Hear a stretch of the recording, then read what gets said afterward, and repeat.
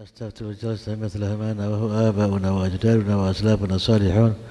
الله يدخل نياتنا بنياتهم وعملنا بأعمالهم وأخلاقنا بأخلاقهم على هذه النية وعلى كل نية صالحة جامعة شاملة من خير الدنيا والآخرة وإلى حضرة النبي سيدنا محمد صلى الله عليه وآله وسلم. الفاتحة.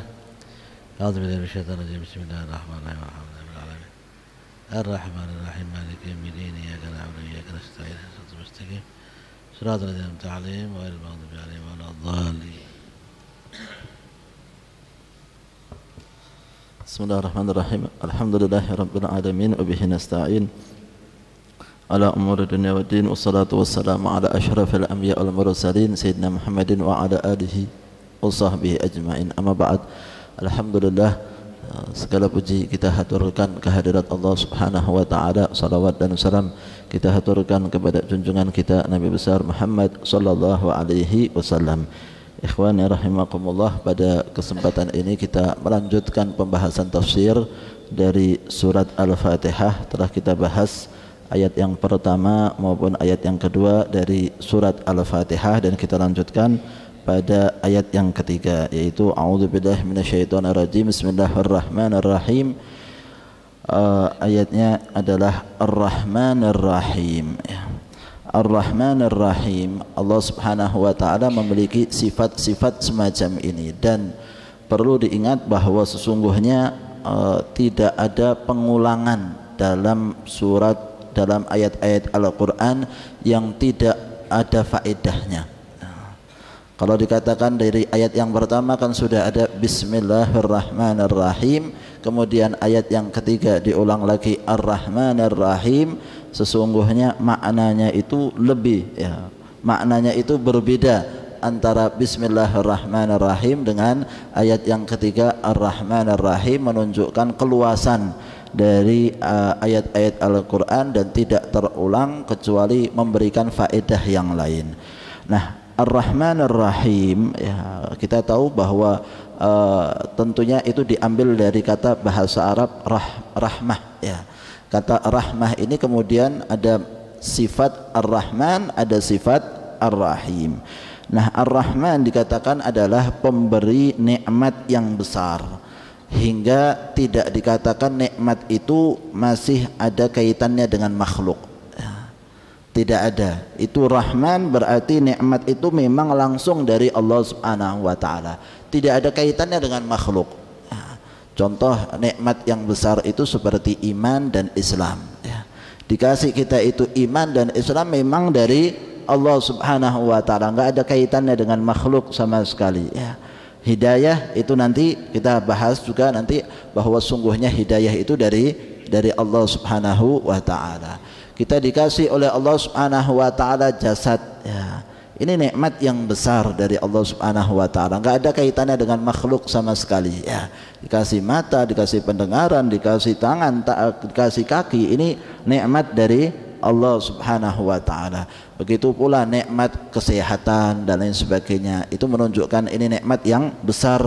Itu semuanya adalah wujud daripada sifat Ar-Rahman kepada hambanya. Kemudian ada makna Ar-Rahim.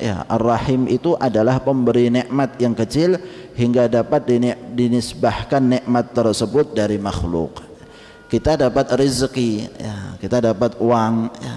Itu rezeki dari mana? Dari Allah Subhanahu wa taala. Tapi kadang lewatnya manusia, lewatnya orang-orang yang ada di sekitar kita, masih bisa dinisbahkan dari makhluk, walaupun kita yakin semua nikmat itu datangnya dari Allah Subhanahu wa taala. Sehingga semua nikmat tersebut memang dari Allah, tetapi wujud daripada sifat Ar-Rahman maupun wujud daripada sifat Ar-Rahim.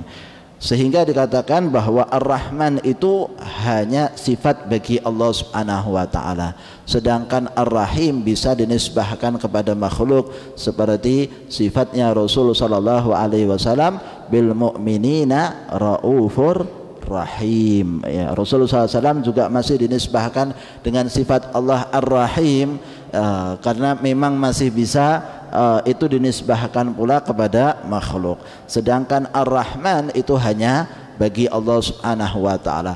Sebagian mengatakan bahwa Ar-Rahman dan Ar-Rahim Ar-Rahman itu kata-katanya lebih luas ya. Huruf-hurufnya lebih banyak daripada Ar-Rahim ya. Sehingga nikmatnya itu lebih luas sampai kepada orang kafir dapat nikmatnya. Sedangkan Ar-Rahim adalah khusus bagi orang-orang yang beriman kepada Allah Subhanahu wa taala, dan kita tahu bahwa Allah Subhanahu wa taala memberikan rahmat di alam semesta ini hanya satu bagian dari 100 bagian rahmat yang nanti di yaumil qiyamah 100 bagian rahmat itu akan diberikan khusus hanya kepada orang-orang yang beriman. Sedangkan di dunia ini ya, di alam dunia Allah Subhanahu wa taala memberikan rahmatnya ke alam dunia ini hanya satu bagian saja dari 100 bagian rahmat Allah Subhanahu wa taala. Dengan satu bagian kita bisa saling menyayangi satu sama yang lain. Binatang itu sayang sama anaknya, itu hanya dari satu bagian rahmatnya Allah Subhanahu wa taala. Walaupun orang kafir tetap sayang sama anaknya, itu semuanya lantaran satu bagian rahmat yang diberikan oleh Allah secara luas kepada alam semesta di dunia ini. Tapi ingat bahwa nanti di yaumil qiyamah yang 100 bagian rahmat itu hanya diberikan kepada orang mukmin saja yang masuk ke dalam surga, sedangkan orang-orang yang kafir sama sekali enggak dapat bagian rahmat sedikit pun, sama sekali tidak ya. Sama sekali dapatnya amarah Allah, naudzubillah min dzalik. Sedangkan orang mukmin 100 bagian rahmat khusus diberikan kepada mereka, menunjukkan bagaimana nanti nikmat yang akan diberikan oleh Allah Subhanahu wa taala kepada hamba-hambanya yang begitu luas di yaumil akhir. Kemudian disebutkan dalam satu hadis Rasulullah sallallahu alaihi wasallam bersabda, "Lau ya'lamul mu'minu ma indallah minal uqubati ma tama'a fi jannatihi ahad." Kalau sekiranya seorang mukmin tahu betapa besarnya siksa Allah Subhanahu wa taala, maka dia tidak mau berharap untuk mendapatkan surga Allah, karena begitu besarnya azab Allah Subhanahu wa taala. Walau ya'lamul kafira ma indallahi minar rahmati ma qanata min jannatihi ahad. Kalau sekiranya orang kafir mengetahui bagaimana rahmatnya Allah Subhanahu wa taala terhadap hamba-hambanya, dia tidak akan berputus asa untuk mendapatkan surga Allah Subhanahu wa taala walaupun orang kafir. Nah, ini menunjukkan bagaimana keselarasan antara harap dan cemas seorang hamba kepada Allah Subhanahu wa taala. Dan Allah Subhanahu wa taala kalau memberikan ancaman ya, ataupun rahmat ataupun kabar gembira, mesti di situ ada ancamannya ya. Selalu berbarengan ya, tidak kemudian dua-duanya itu dilepas. Menunjukkan bahwa kita ini harus punya rasa harap dan cemas kepada Allah Subhanahu wa taala. Orang mukmin harus tahu ya, walaupun dia ya insya Allah sudah mendapatkan hidayah dari Allah, karunia dari Allah, ingat azab Allah Subhanahu wa taala juga sangat pedih. Kalau tahu bagaimana azab Allah Subhanahu wa taala, dia akan merasa ya pasti masuk neraka ini kita ini, walaupun dia seorang mukmin. Tapi orang kafir sebaliknya, kalau tahu rahmatnya Allah Subhanahu wa taala, betapa luasnya rahmat Allah, dia nggak akan putus asa untuk dapat surganya Allah Subhanahu wa taala. Menunjukkan itu semuanya dibentang luaskan oleh Allah Subhanahu wa taala, dan kita tinggal mengharap dan juga cemas ya. Harap yang baik itu yang bagaimana? Berharap tapi juga beramal ya. Kita berharap kepada Allah dapat rahmat Allah, tapi harus diiringi dengan amal. Kalau kita hanya berharap tanpa amal, itu namanya bukan berharap yang baik. Orang yang takut kepada Allah Subhanahu wa taala itu yang benar, itu yang bagaimana? Yang takut dengan diiringi menjauhkan diri dari hal-hal yang dilarang oleh Allah, itu namanya takut yang benar. Kalau takut hanya sekedar takut, khawatirnya nanti malah putus asa dari rahmat Allah Subhanahu wa taala karena terlalu berlebihan rasa takutnya kepada Allah Subhanahu wa taala, sehingga harus dibarengkan ini semuanya. Sebagaimana disebutkan dalam ayat Nabi ibadi anni anal ghafurur rahim, beritahukan hamba-hambaku sesungguhnya aku ini Allah Subhanahu wa taala Al-Ghafur Ar-Rahim, Maha Pengampun, Maha Penyayang. Maha pengasih Allah Subhanahu wa taala. Tetapi selanjutnya Allah katakan wa anna adzabi huwal adzabul alim. Dan juga kasih tahu hambaku sesungguhnya azabku ini sangat pedih. Kata Allah Subhanahu wa taala semacam ini dibarengkan dalam dua ayat tersebut menunjukkan bahwa semuanya harus punya rasa harap dan cemas kepada Allah Subhanahu wa taala. Kemudian disebutkan di dalam ayat yang selanjutnya Maliki Yaumiddin. Setelah Ar-Rahman, Ar-Rahim, kemudian Allah sebutkan sifatnya Maliki Yaumiddin. Dialah Allah Subhanahu wa taala penguasa hari pembalasan. Ad-din artinya hari pembalasan. Nanti di yaumil qiyamah Allah akan tunjukkan secara jelas bahwa dialah Allah Subhanahu wa taala penguasanya. Sehingga semua makhluk dalam keadaan tunduk kepada Allah Subhanahu wa taala, tidak berani lagi untuk merencanakan sesuatu. Kalau di dunia walaupun memang penguasanya tetap Allah Subhanahu wa taala, tetapi Allah kasih ikhtiar sama manusia sehingga manusia yang kafir berusaha untuk menjatuhkan Islam, dia berencana dan lain sebagainya seakan-akan dia yang berkuasa, padahal Allah yang berkuasa. Tapi nanti di yaumil qiyamah sama sekali sudah nggak ada lagi waktu untuk berencana ya. Mau rencana sesuatu orang-orang kafir menyelamatkan diri dari siksa Allah Subhanahu wa taala sudah nggak bisa. Walaupun di dunia mereka sekarang ini seakan-akan menguasai ya. Wah, kuasa ini televisi, komputer, teknologi dan lain sebagainya dikuasai oleh orang-orang kafir, merasa dirinya bahwa wah, hebat, merasa dirinya bisa mengalahkan orang-orang muslimin. Tetapi sesungguhnya penguasa adalah Allah Subhanahu wa taala dan akan ditunjukkan oleh Allah Subhanahu wa taala nanti di yaumil qiyamah bagaimana kekuasaan Allah Subhanahu wa taala. Iyyaka na'budu wa iyyaka nasta'in. Hanya kepadamulah kami hamba-hamba Allah Subhanahu wa taala menyembah, wa iyyaka nasta'in, dan hanya kepadamu kami meminta pertolongan. Sebetulnya dalam bahasa Arab ini menunjukkan bagaimana kekhususan kita beribadah dan meminta tolong hanya kepada Allah Subhanahu wa taala. Dalam bahasa Arab itu bisa dirubah ya kata-kata ini ya. Iyyaka na'budu itu bisa saja mengatakannya na'buduka ya. Na'buduka itu artinya hampir sama ya, dengan mengatakan kami menyembah kamu ya Allah ya. Tapi kalau iyyaka na'budu itu mempunyai arti didahulukan iyyakanya baru na'budunya, itu artinya hanya kepadamu ya Allah kami menyembah. Tapi kalau kemudian dikatakan na'buduka, kami menyembah kamu, khawatirnya nanti masih menyembah yang lainnya ya, masih ada tambahan yang lain. Tapi dalam bahasa Arab sampai kemudian dikhususkan ucapan ini dengan mengatakan iyyaka na'budu, hanya kepada kamu kami menyembah, nggak ada tambahannya sudah ya.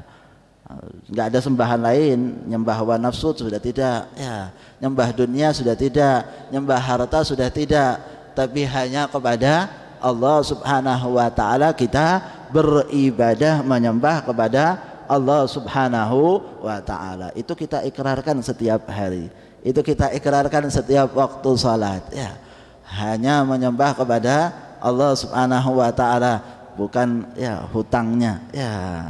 Bukan ribut sama hutang, bukan ribut sama pasarnya, bukan ribut sama majikannya, tukang ordernya dan lain sebagainya, bukan nyembah mereka, tapi nyembah Allah Subhanahu wa taala. Kalau tidak dari fulan, Allah akan datangkan dari yang lainnya yang sama dengan apa yang diberikan oleh seseorang. Tidak lain itu tergantung daripada keyakinan kita kepada Allah Subhanahu wa taala, bagaimana kita benar-benar beribadah kepada Allah Subhanahu wa taala.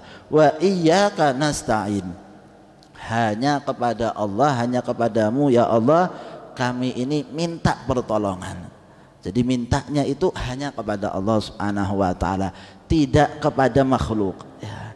Tidak berharap kepada makhluk sama sekali, tidak kemudian memohon kepada makhluk, tidak berkeinginan untuk bisa mendapatkan sesuatu dari makhluk ya.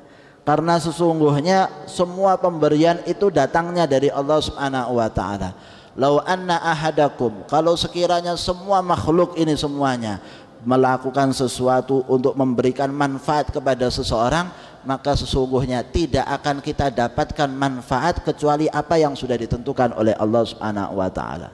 Semuanya mau kasih sesuatu sama kita, sesungguhnya kita nggak akan mendapatkan sesuatu kecuali memang yang sudah ditetapkan oleh Allah Subhanahu wa taala.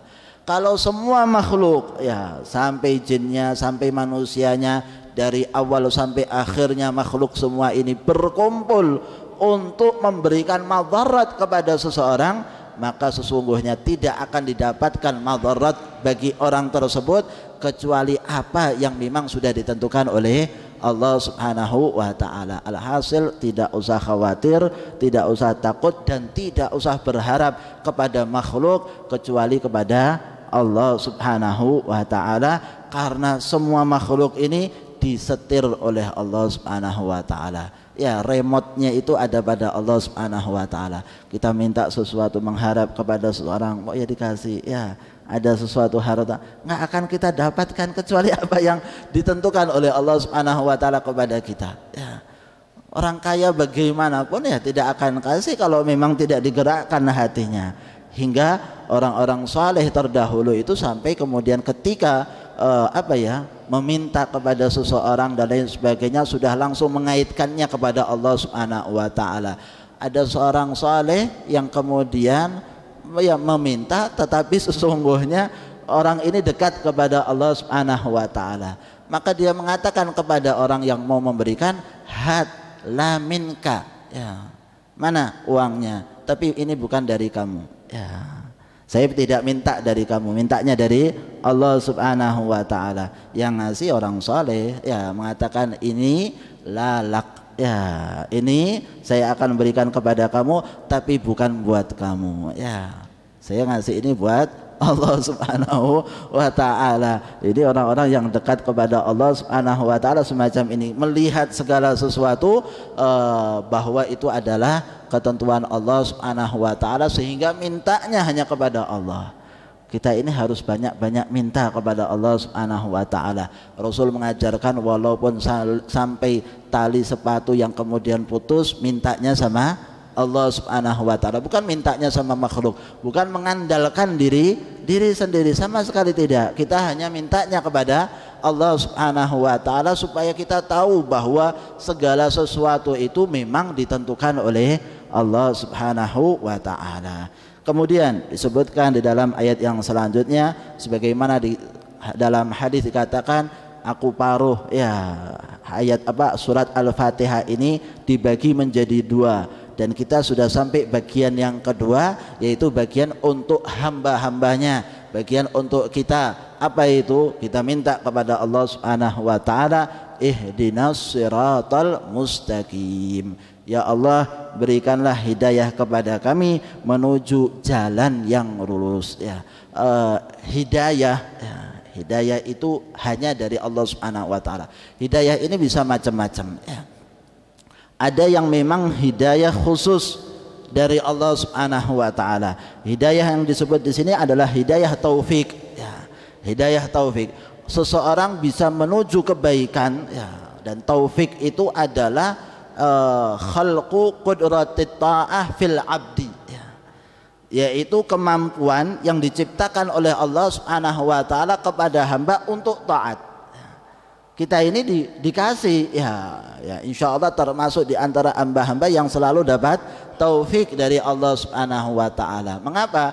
Karena sesungguhnya kita tidak bisa beribadah kecuali dapat taufik dari Allah Subhanahu wa taala. Dan dikatakan oleh para ulama, sesungguhnya suatu yang paling utama turun dari langit adalah taufik, ya. Suatu yang paling utama turun dari langit menuju ke bumi adalah taufik. Sedangkan sesuatu yang paling utama naik dari bumi menuju ke langit yaitu amal yang diterima oleh Allah Subhanahu wa taala. Ini sehingga kita sangat berharap supaya kita ini mendapatkan taufik dari Allah Subhanahu wa taala. Enggak akan ada orang yang beriman, ya, wa ma kana linafsin an tu'mina illa biidznillah. Tidak ada satu jiwa pun bisa beriman kepada Allah kecuali dengan izin dari Allah Subhanahu wa taala. Alhamdulillah kita dapat izin dari Allah Subhanahu wa taala walaupun banyak kekurangan dari kita, ya. nggak sesuai dengan syarat. Seharusnya kan kalau mau masuk pekerjaan sesuatu itu kan ada syarat-syaratnya ya. Masuk mau pekerjaan di suatu tempat, kerjaannya harus kemudian punya pengalaman, kemudian berijazah, lalu kemudian dan lain sebagainya. Itu ada syarat-syaratnya. Kita diterima oleh Allah Subhanahu wa taala nggak pakai syarat ya. Sudah lahir langsung dikasih iman oleh Allah Subhanahu wa taala, dikasih Islam oleh Allah Subhanahu wa taala, syarat penuh dengan kekurangan ya. Syaratnya penuh dengan kekurangan. Kita ini cukup ya. Allah Subhanahu wa taala, alhamdulillah, kata para ulama sampai mengatakan cukup mengenal kepada Allah dengan kita merasa tidak bisa mengenal Allah ya.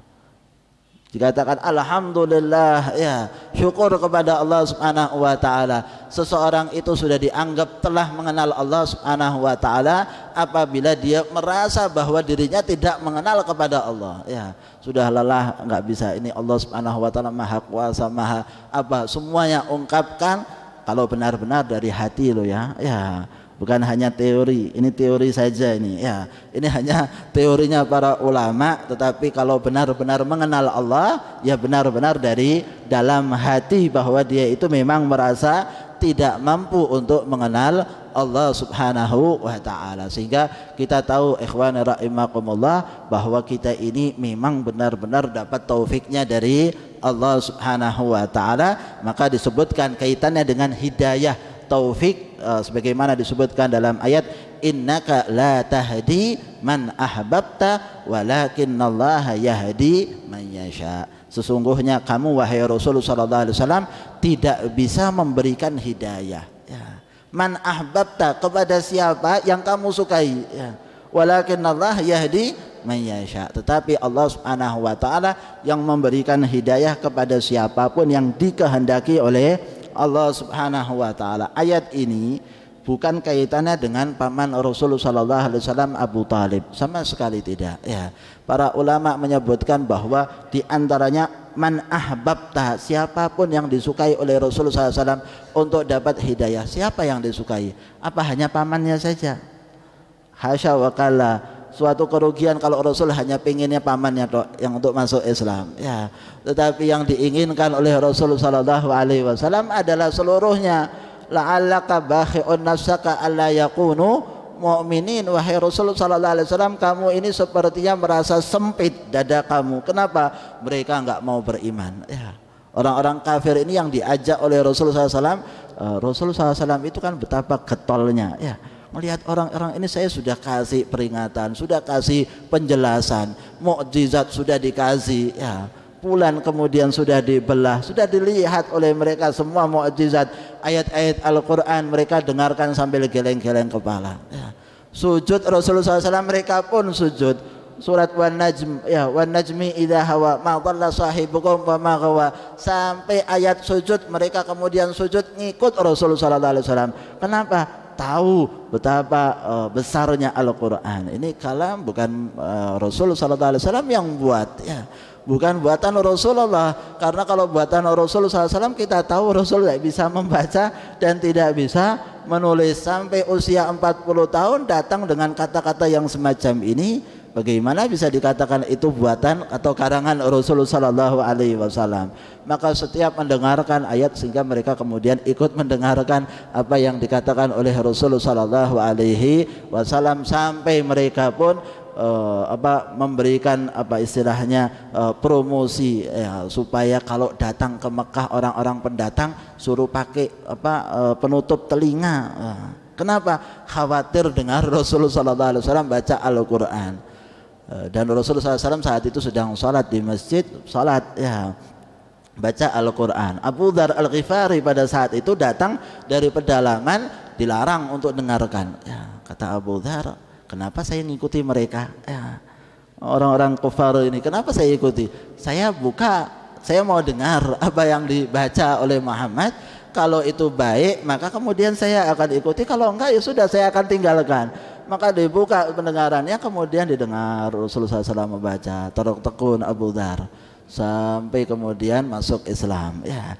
Karena apa? Melihat, mendengarkan apa yang dibaca oleh Rasulullah SAW menunjukkan bahwa hidayah memang datang dari Allah Subhanahu wa Ta'ala. Sedangkan Rasul memang berusaha untuk supaya semuanya masuk Islam, tetapi hidayah itu akan diberikan oleh Allah Subhanahu wa Ta'ala kepada siapa yang dikehendaki oleh Allah. Nah, selain itu ada hidayah yang namanya sifatnya petunjuk, ya. Sifatnya petunjuk ada dalam ayat Al-Quran yang menunjukkan hal semacam itu, yaitu disebutkan dalam ayat wa innaka latahdi ila siratim mustaqim. Sesungguhnya engkau wahai Rasulullah SAW memberikan petunjuk menuju jalan yang lurus. Yang memberikan petunjuk adalah Rasulullah Sallallahu Alaihi Wasallam. Maka kemudian Sayyidina Abu Bakar As-Siddiq dalam kisah hijrahnya, ya, ketika hijrah bersama dengan Rasulullah Sallallahu Alaihi Wasallam dengan satu orang penunjuk jalan, lalu kemudian ketika ada datang orang-orang yang berpapasan, ya, dengan Sayyidina Abu Bakar, maka kemudian mereka ini tanya, siapa ini? Ya, tanyanya tentang Rasulullah Sallallahu Alaihi Wasallam. Maka kemudian Sayyidina Abu Bakar mengatakan hadit tariq, ya, dia ini penunjuk jalan, ya. Tidak mengatakan itu adalah Muhammad, tidak mengatakan itu adalah Rasulullah Sallallahu Alaihi Wasallam, tapi yang dikatakan Sayyidina Abu Bakar hadit tariq, ini adalah penunjuk jalan. Menunjuk, mengatakan maksudnya menunjuk jalan menuju Allah Subhanahu wa Ta'ala, bukan kemudian penunjuk jalan menuju ke Madinah. Kalau penunjuk jalan menuju ke Madinah, ini ada satu lagi orang Abdullah, seorang sahabat, ya, seorang orang kafir padahal, tapi kemudian diajak untuk kemudian menunjukkan jalan menuju ke Madinah. Tetapi buat Rasulullah SAW dikatakan hadit tariq, ya, bahwa Rasulullah SAW adalah penunjuk jalan menuju kepada Allah Subhanahu wa Ta'ala. Kemudian ihdinas siratal mustaqim siratal ladzina an'amta alaihim ghairil maghdubi alaihim waladdallin. Jalan yang lurus itu jalan yang bagaimana sih, ya? Jalan yang lurus, Allah Subhanahu wa Ta'ala katakan di dalam ayat ini jalan, bukan langsung dikatakan jalannya Allah, ya, tidak. Tapi Allah katakan, Allah jelaskan siratal ladzina an'amta alaihim, jalannya orang-orang yang telah diberi nikmat oleh Allah Subhanahu wa Ta'ala. Jalannya siapa? Yaitu faulaika ma'alladzina an'amallahu alaihim minan nabiyyina wasiddiqina wasyuhada'i was salihin. Jalan yang lurus yang diberikan nikmat oleh Allah yaitu jalannya para nabi, jalannya para siddiq, jalannya para saleh, ya, jalannya para syuhada. Sehingga wajar kalau kemudian kita itu mengikuti jalannya orang-orang, bukan langsung kita katakan kamu ini bagaimana Al-Quran dan hadis Nabi SAW. Bukan, ya. Kita ini adalah jalannya orang-orang yang mengikuti Al-Quran dan hadis Nabi SAW. Karena kita kalau mau memahami Al-Quran maupun hadis Nabi SAW, kita tidak bisa, kita tidak mampu. Dan Allah Subhanahu wa Ta'ala juga mengajarkan kepada kita, kalau mau jalan yang lurus, ya jalannya orang-orang yang diberikan nikmat. Contoh mereka, sudah ikuti mereka. Jangan mengikuti seseorang yang tidak tahu tentang ilmu, ya. Harusnya ikuti para nabi. Kita ini Islam mengajarkan kita ini untuk selalu ada perantara menuju kepada Allah, ya. Tidak dikatakan langsung kepada Allah Subhanahu wa Ta'ala. Rasulullah SAW mau terima wahyu, lewat perantaranya adalah malaikat Jibril alaihi salam, ya. Enggak langsung dari Allah kepada Rasulullah SAW. Kita sebagai makhluk, sebagai umat, mau mengetahui tentang Allah, Al-Quran, lewatnya siapa? Lewatnya Rasulullah SAW. Ini perantara. Kita itu mau kenal Allah Subhanahu wa Ta'ala, karena tidak mampu langsung untuk kenal Allah Subhanahu wa Ta'ala, maka diberikan hamba-hamba pilihan, ya, yang bisa kenal Allah Subhanahu wa Ta'ala. Malaikat Jibril, Rasulullah Sallallahu Alaihi Wasallam, kemudian berlanjut kepada sahabat Nabi Sallallahu Alaihi Wasallam, lalu berlanjut kepada tabi'in, lalu berlanjut kepada orang-orang yang selanjutnya sampai kepada kita saat ini, sehingga kita mengikuti jalannya siapa? Ya jalannya orang-orang ini semuanya, ya. jalannya para tabi'in, jalannya para ulama, jalannya orang-orang yang saleh, jalannya para syuhada, jalannya para nabi, jalannya Rasulullah sallallahu alaihi wasallam untuk bisa menuju kepada Allah Subhanahu wa taala.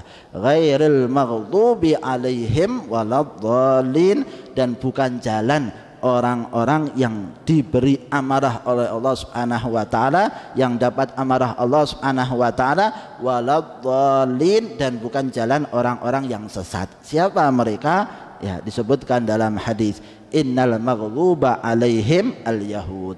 Sesungguhnya orang-orang yang dapat amarah Allah Subhanahu wa taala itu siapa? Orang Yahud. Ya. Orang Yahud itu dapat amarah Allah Subhanahu wa taala. Kenapa? Karena ngeyelnya sama Allah Subhanahu wa taala. Itu orang Yahud. Ya.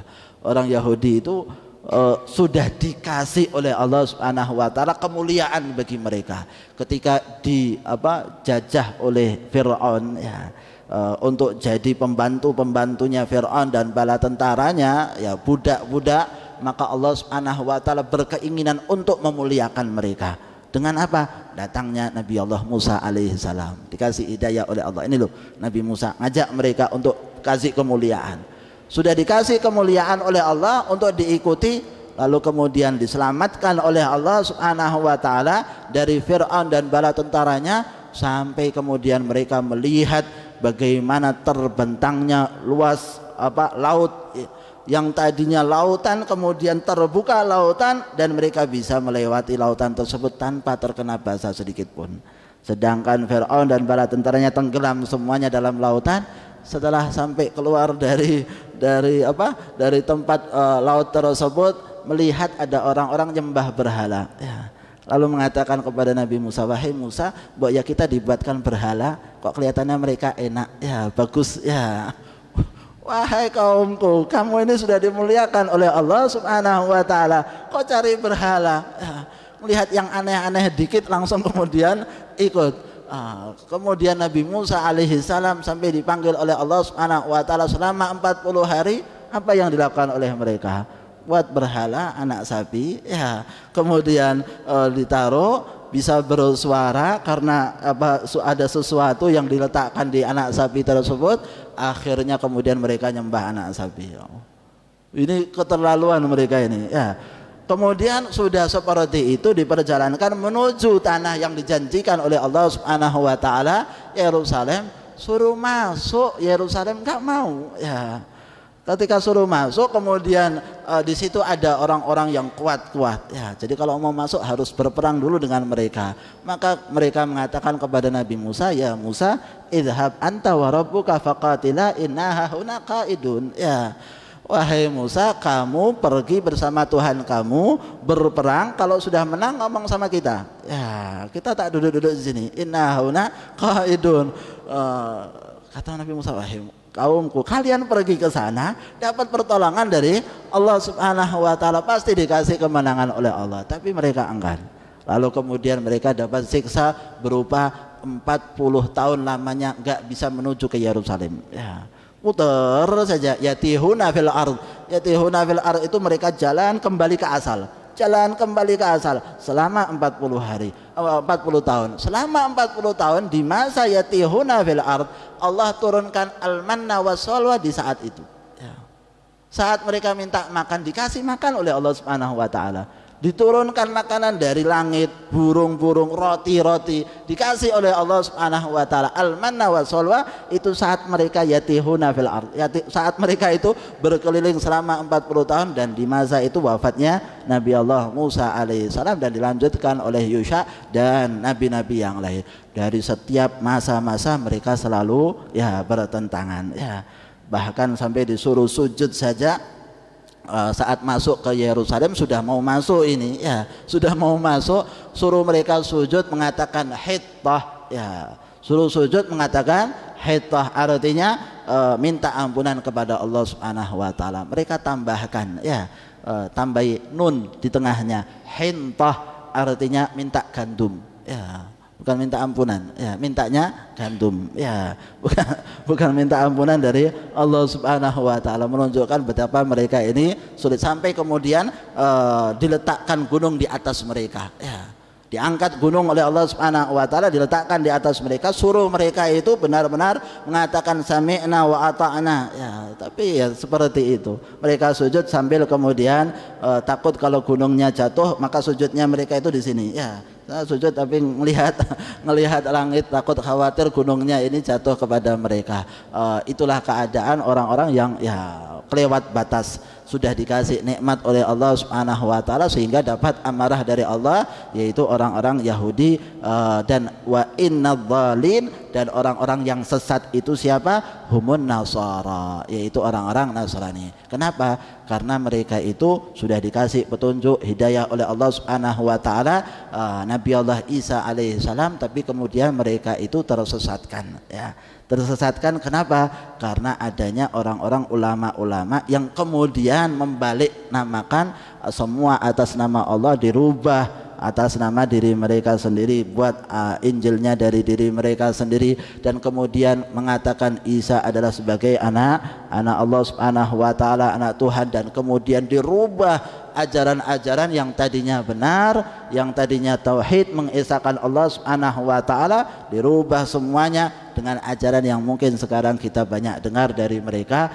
Mereka itu berarti orang-orang yang sesat, ya. Sehingga kita disebutkan dalam ayat Al-Quran, walan tarda ankal yahudu walan nasara hatta tattabi'a millatahum. Orang-orang Yahudi dan Nasrani itu tidak akan ridha kecuali kita ngikuti ajaran mereka. Maka kita berusaha untuk berbeda dengan mereka. Kita kaum muslimin diperintahkan oleh Rasul SAW untuk berbeda, sama sekali nggak boleh ngikuti mereka dalam sedikit pun. Rasulullah SAW sampai puasa Asyura saja mengatakan kalau bisa saya akan berpuasa tanggal 9-nya. Kenapa? Orang-orang Yahudi berpuasa hari Asyura, supaya beda, dijadikan puasa itu tanggal 9 sama tanggal 10. Muharram Tasu'anya juga puasa, Asyuranya juga berpuasa. Kemudian cara kita makan, adab dan makan itu berbeda dengan orang-orang Yahudi dan orang-orang Nasrani. Kalau Yahudi itu makannya itu banyak ngomong, ya.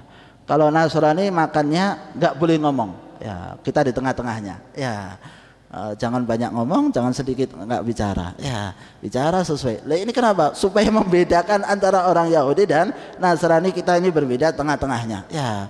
Min baini farthin wa damin labanan khalisan sa'iqan lisyaribin, bahwa antara darah dan kemudian kotoran keluar air susu yang murni, ya, keluar air susu yang murni, yaitu Islam, ajaran Allah Subhanahu wa taala. Maka ikhwani rahimakumullah, bagaimana kita selalu minta kepada Allah Subhanahu wa taala diberi hidayah oleh Allah Subhanahu wa taala menuju jalan yang lurus, dijauhkan kita dari ajaran orang-orang Yahudi dan Nasrani, dijadikan kita sebagai orang-orang yang dicintai oleh Allah, dicintai oleh Rasulullah SAW, diakhiri usia dalam keadaan husnul khatimah. Amin ya rabbal alamin. الفاتحة بالقبول تمام كل رسول ومأمول وإلى حاجة الرسول سيدنا محمد صلى الله عليه وسلم. الفاتحة. أعوذ بالله من الشيطان الرجيم. بسم الله الرحمن الرحيم. الحمد لله رب العالمين الرحمن الرحيم مالك يوم الدين إياك نعبد وإياك نستعين اهدنا الصراط المستقيم صراط الذين أنعمت عليهم غير المغضوب عليهم ولا الضالين. يا ربنا اعترفنا بأننا اقتربنا وأننا على لظى أشرفنا، فتب علينا توبة تغسل كل حوبة واستر لنا العورات، واغفر لوالدينا ربي ومولودينا والأهل والإخوان وسائر الخلان وكل ذي محبة أو جيرة أو صحبة والمسلمين أجمع.